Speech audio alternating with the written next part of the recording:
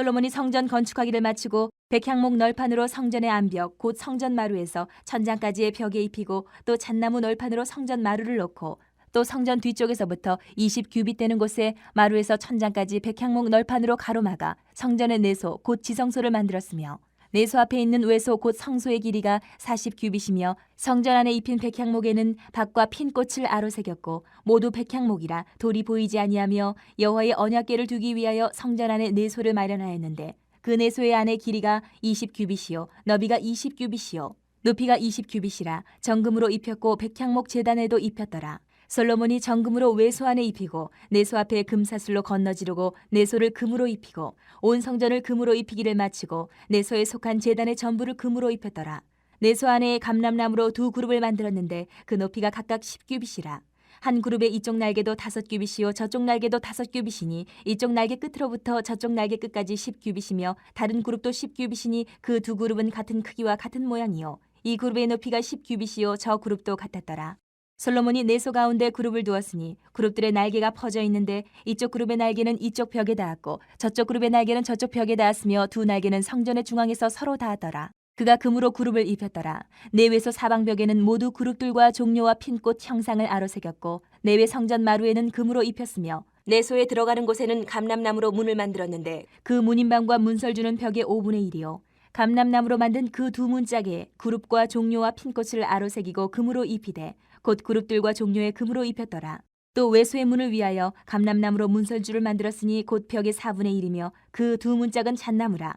이쪽 문짝도 두 짝으로 접게 되었고 저쪽 문짝도 두 짝으로 접게 되었으며 그 문짝에 그룹들과 종려와 핀꽃을 아로새기고 금으로 입히되 그 색인대에 맞게 하였고 또 다듬은 돌 3켜와 백향목 두꺼운 판자 1켜로 둘러 안뜰을 만들었더라. 넷째 해 15월에 여호와의 성전 기초를 쌓았고 11째 해 불월 곧 8째 달에 그 설계와 식양대로 성전 건축이 다 끝났으니 솔로몬이 7년 동안 성전을 건축하였더라. 성전 건축이 이제 건물도 다 지어졌고 이제 내부에 우리 요즘 말로 하면 인테리어 작업도 이제 다 끝나고 완전히 끝났어요. 7년 만에 끝났습니다. 이 성전 건축의 과정들 또 그 내용들 집기들을 보면서 우리가 영적인 의미를 찾을 필요가 있습니다.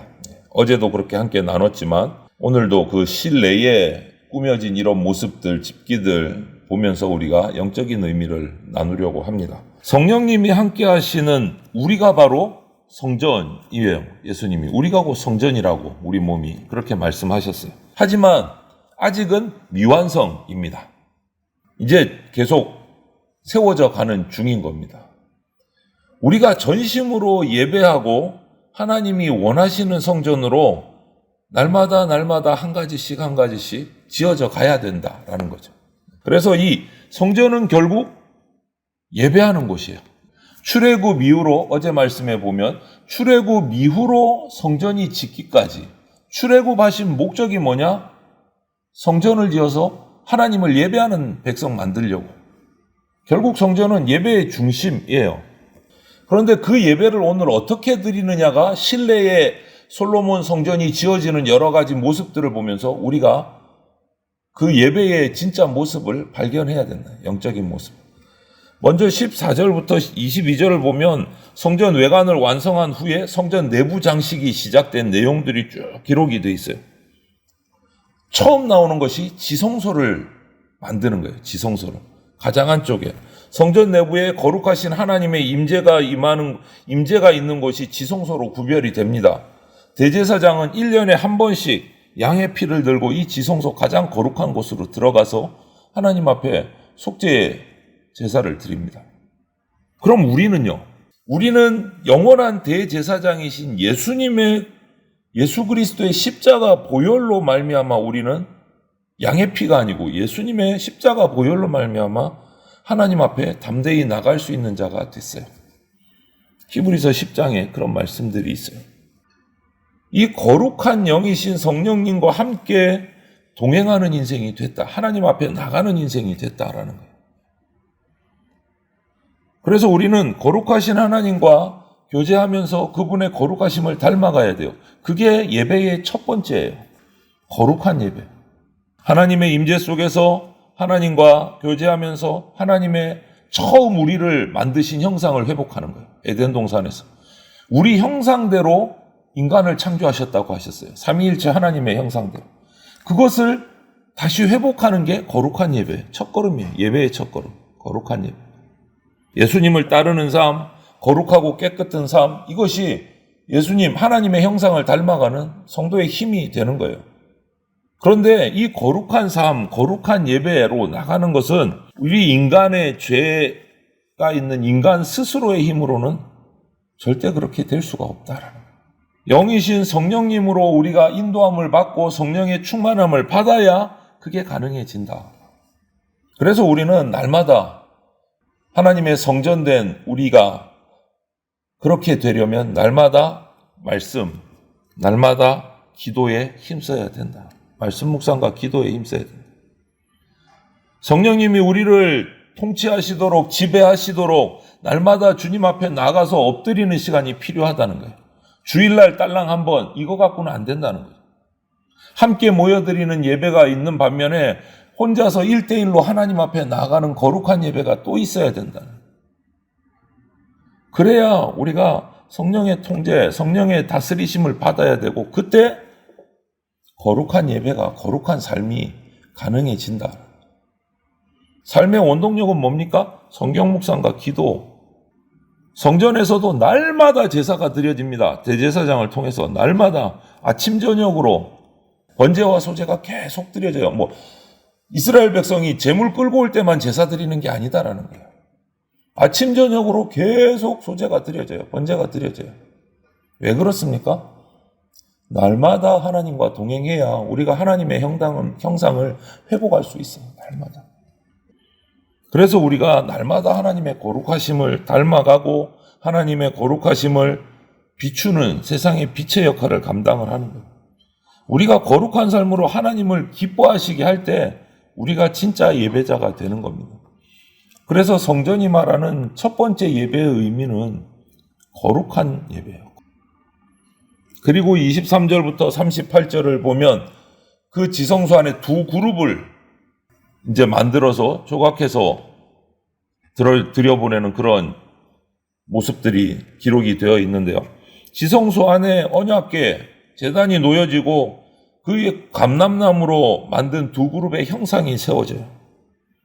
그런데 이때만 나오는 게 아닙니다. 창세기에도 이 그룹이 어떤 역할을 하는 존재인가가 나와요. 창세기 3장에 보면 에덴 동산의 생명나무길을 지키는 존재가 이 두 그룹이에요. 그리고 또 이사야서 6장에 보면 이사야가 예루살렘 성전에서 하나님의 보좌로 나가는 환상을 보게 되는데 그 환상 속에서 하나님을 찬양하는 존재로 이 그룹이 등장을 해요. 그래서 이 지성소 안에 세워지는 이 두 그룹의 형상은요, 거룩하신 하나님을 예배하고 섬기고 하나님의 그 영광을, 위엄을 찬양하는 모습을 상징하는 것이 이 그룹이에요. 우리는요, 하나님의 영광을 위해서 새롭게 지음받았습니다. 우리 찬양을 받기에 기뻐하신다. 우리를 찬양하는 존재로 지으셨어요, 하나님이. 하나님께 영광 돌리는 거, 찬양하는 거 억지로 하는 일 아닙니다. 그리고 우리가 감당 못할 만큼 힘든 일도 아닙니다. 우리를 구원하시고 우리와 함께 하시면서 기쁨을 나누기 원하시는 것이 우리 하나님의 마음이에요. 그러면 우리는요, 그 하나님과 함께 하면서 하나님이 그 보여주시는 영광과 기쁨을 찬양하는 것이 우리가 할 일이에요. 그래서 두 번째 예배의 모습은 거룩한 예배에 이어서 찬양으로 드리는 예배예요. 찬양으로. 거룩한 하나님의 자녀로 우리 성도는 성결한 삶을 살아가야 됩니다. 그렇게 하려면 더불어 영광과 위대하신 그 하나님의 모습을 찬양해야 돼요. 날마다. 자랑하고 노래하고 드러내고 그것이 우리 삶의 예배인 거예요. 뭔가 꼭 예배의 순서를 갖춰서 이렇게 쭉 하는 게 그것만이 예배가 아니고 1대1로 하나님 앞에서 또 살아가는 직장과 삶 속에서 하나님을 자랑하고 나타내는 것이 삶의 예배입니다. 우리가 정말 구원의 확신이 있고 하나님의 그 구원하심에 감격하고 기뻐한다면 우리가 하나님을 나타내지 않을 수가 없는 거예요. 자랑하지 않을 수가 없는 거예요. 그리고 공동체 안에서 또 날마다 하나님을 고백하고 삶으로 나가서 또 하나님을 자랑하고 그것이 우리가 성결한 삶을 살아가는 그런 모습이고 하나님의 영광을 드러내는 모습이에요. 그래서 우리는 하나님을 기뻐하고 찬양하는 예배자로 살아가야 됩니다. 또 하나 성전 내부 이 건축의 모습들을 보면서 볼 수 있는 예배의 의미는 29절부터 38절을 보니까 솔로몬이 성전 내부의 모든 벽, 문 이런 것들을 당대 정말 최고의 기술을 발휘를 해서 조각도 하고 장식도 하고 그룹도 만들었고 종려나무 핀꽃의 형상으로 장식하고 금으로 입히고 하여간 모든 것이 최고로 했어요. 최고의 자재, 최고의 기술, 정말 이렇게 모든 것을 다 쏟았어요. 성전을 완공하기까지 정말 오래 준비했고 순조롭게 진행하도록 솔로몬은 거기에 모든 것을 다 집중했어요.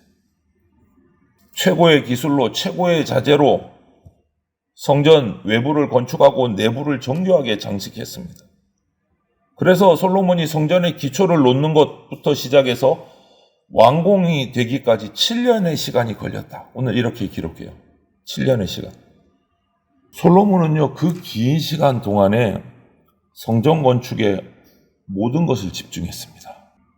정말 신중하게 최고로 차곡차곡 성전을 건축했습니다. 이와 같이 우리가 깨달아야 할 것은 우리와 함께 하시는 주님께 우리는 최상의 것을 드리기 위해서 정말 신중해야 됩니다. 애써야 됩니다. 하나님 나라가 이 땅에서 넓어질 수 있도록 최선을 다해야 돼요. 내가 할 수 있는 최선이 뭔가 고민하고 애써야 됩니다. 그리고 하나님 나라를 위해서 시작하고 작정했는데 이 일이 중간에 나의 어떤 부족함으로 게으름으로 중단된 적은 없는지, 중단되어 있는지 없는지 살펴야 돼요. 하나님께 예배하는 삶이라는 것은요, 그냥 공동체 예배만으로 예배하는 삶이 되는 게 아니에요. 주일이며 수요일이며 이 새벽 예배 함께 모여서 드리는 예배로 완성되는 게 아니에요. 어떤 특정한 시간, 특정한 장소에서만 하나님께 집중하는 거, 이게 삶의 예배가 아닙니다. 하나님을 진짜 예배하는 것은 최상의 예배예요. 최상의 예배가 뭘까요? 내 삶 전부를 거룩한 산 제물로 하나님께 드리는 게 최상의 예배입니다. 솔로몬은 모든 것을, 왕이 되고 나서 이 7년 동안 모든 것을 다 쏟아부었어요. 하나님의 성전을 짓기 위해서 모든 것을 중단 없이 하나님께 최상의 것을 드리는 이 삶을 우리가 배워야 돼요. 내 삶에서 어떻게 해야 하나님이 가장 좋아하실까? 하나님이 가장 기쁘시게 받을 향기로운 제사가 뭘까? 딱 하나예요. 나를 드리는 거예요. 나를. 나의 일부분 조금 드리는 게 아니고 내 삶을 드리는 거예요. 밥 먹으면서도, 일하면서도, 가정 가운데서, 직장 가운데서, 길을 걸어가면서도 하나님을 잊지 않고 기억하고 찬양하는 거예요. 진짜 하나님의 백성답게 살아가는 것. 그게 삶의 예배입니다. 그래서 우리가 하나님과 교제하면서 예배하는 사람으로 살아간다는 것은요, 나를 통해서 하나님의 나라가 이 땅 가운데 자꾸 전파되는 거예요. 이것은 예수님 다시 오실 때까지 계속돼야 돼요. 하나님의 통치가, 임재가 완전히 이루어지는 그 하나님 나라가 이루어지기까지 우리는 내 삶 전체를 드리면서 끝까지 충성하는 삶을 살아야 된다. 그게 뭐냐? 거룩한 예배고, 찬양으로 드리는 예배고, 최상으로 드리는 예배다. 그것이 성전 공사에서 우리에게 주는 영적인 의미라고 할 수 있습니다. 하나님께 받은 지혜를 완전히 다 탈탈탈 털어가지고 넣었어요. 하나님이 주신 그 성전을 완성하기 위해서. 여러분, 저와 여러분은요, 하나님의 성전, 너희 몸이 하나님의 성전이다 그랬어요. 그런데 우리는 아직 공사 중입니다. 우리 인생은 성전 공사 중이에요.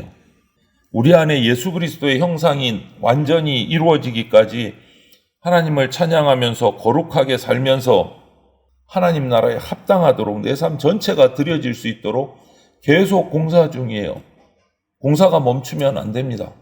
성전 공사는 계속되어야 돼요. 그래서 오늘 하루도 이런 거룩한 찬양하는 최상의 것을 드리는 그런 삶의 예배가 드려지는 아름다운 성전의 삶을 오늘 하루도 살아가시기를 주님의 이름으로 축원을 드립니다.